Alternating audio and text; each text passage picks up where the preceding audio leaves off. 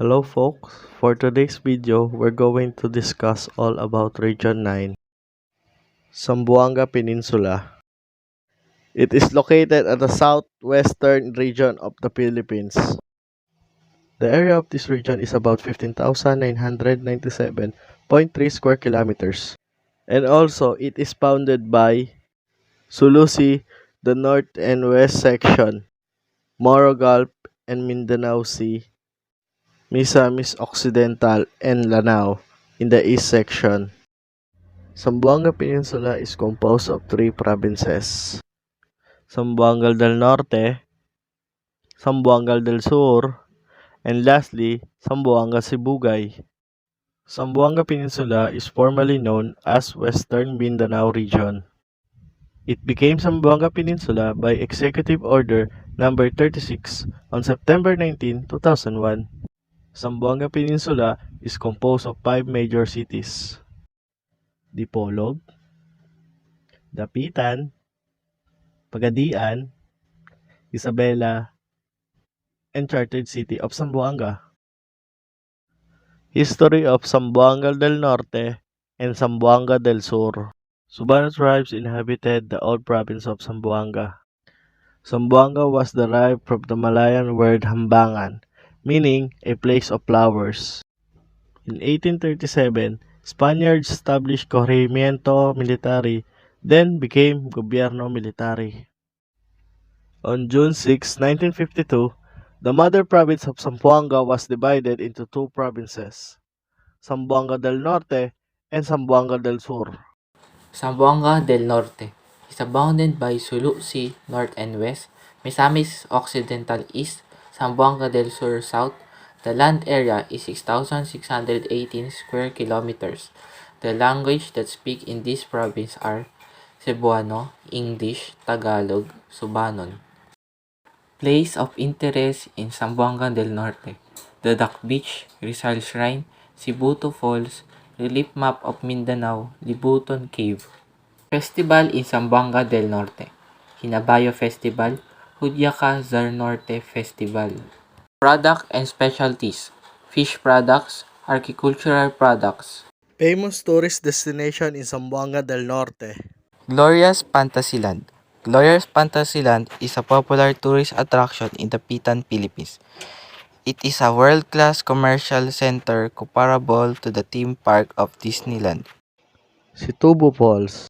Situbo Falls is located in the small barrio of Santo Niño in Barangay Situbo, a towering two-layer cascade, possibly the province's grandest and highest waterfalls. In fact, even on a weekend, the chance of owning this place is very likely, thanks to its distance and isolation, its own gift and curse.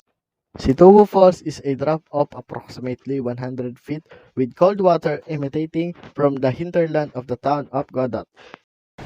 Zamboanga del Sur is bounded by Lanao del Norte, Misamis Occidental, and Pangil Bay, and also Zamboanga del Norte, Zamboanga Sibugay, and Moro Gulf. The land area of this province is 4,734.91 square kilometers. The language that speaks in this province are Cebuano, Chavacano, Ilonggo, Maguindanao, Tausug, Boholano, Ilocano, Tagalog, Subanon. The places of interest in Zamboanga del Sur is Pulacan Falls, Candies Cave, Mount Susong Dalaga, Lison Valley Waterfalls, Manga Caves and Waterfalls, Hanging Bridges. Festivals in Zamboanga del Sur is Megayon Festival, Kutsitsa Festival, Mandala Festival. Products and specialties of Zamboanga del Sur is cocoa oil, woven products, fruits, tuila itum, aquamarine products, furniture made of rattan and bamboo, kuracha, and sati. Tourist destination in Zamboanga del Sur. Merloquet Falls is among the popular Zamboanga del Sur tourist spots. It looks like rice terraces where white waters gently cascade. It has naturally built pool where you can have an invigorating swim. History of Zamboanga Sibugay. Sibugay refers to the vast rockland in Sibugay Valley. Zamboanga Sibugay has 16 municipalities and 389 barangays. Representative George Hofer of the 3rd District of Zamboanga del Sur authored the bill creating Zamboanga Sibugay in 2001. Zamboanga Sibugay geography. It is bounded by Zamboanga del Norte, north, Zamboanga del Sur, east, Zamboanga City, southwest, and Sibugay Bay, south. The land area of this province is 3,363.22 square kilometers. The language that speaks in this province are Cebuano, Cavacanos, Ilonggo, Tausug, Boholano, Ilocano, Tagalog, at Subanon. Places of interest in Zamboanga Sibugay. Pululaong, Tagbilat Falls. Tagbilat Falls is also known Malagandis Falls. Bohol Cave. Festival in Zamboanga Sibugay. Sibug Sibug Festival. Sibug Sibug Festival is annual event held during the 26th day of February in the province of Zamboanga Sibugay. The 2-week festival features colorful street dancing with ethnic themes, including the ritual that shows of good harvest, wedding ceremony, and healing rituals. Products and specialized in Zamboanga Sibugay. Wax and candles, rattan and wood furniture, agricultural products, oyster or talaba. Paseo del Mar. Paseo del Mar is located very close to the historical landmark and national museum known as Fort Pilar. The Great Santa Cruz Island.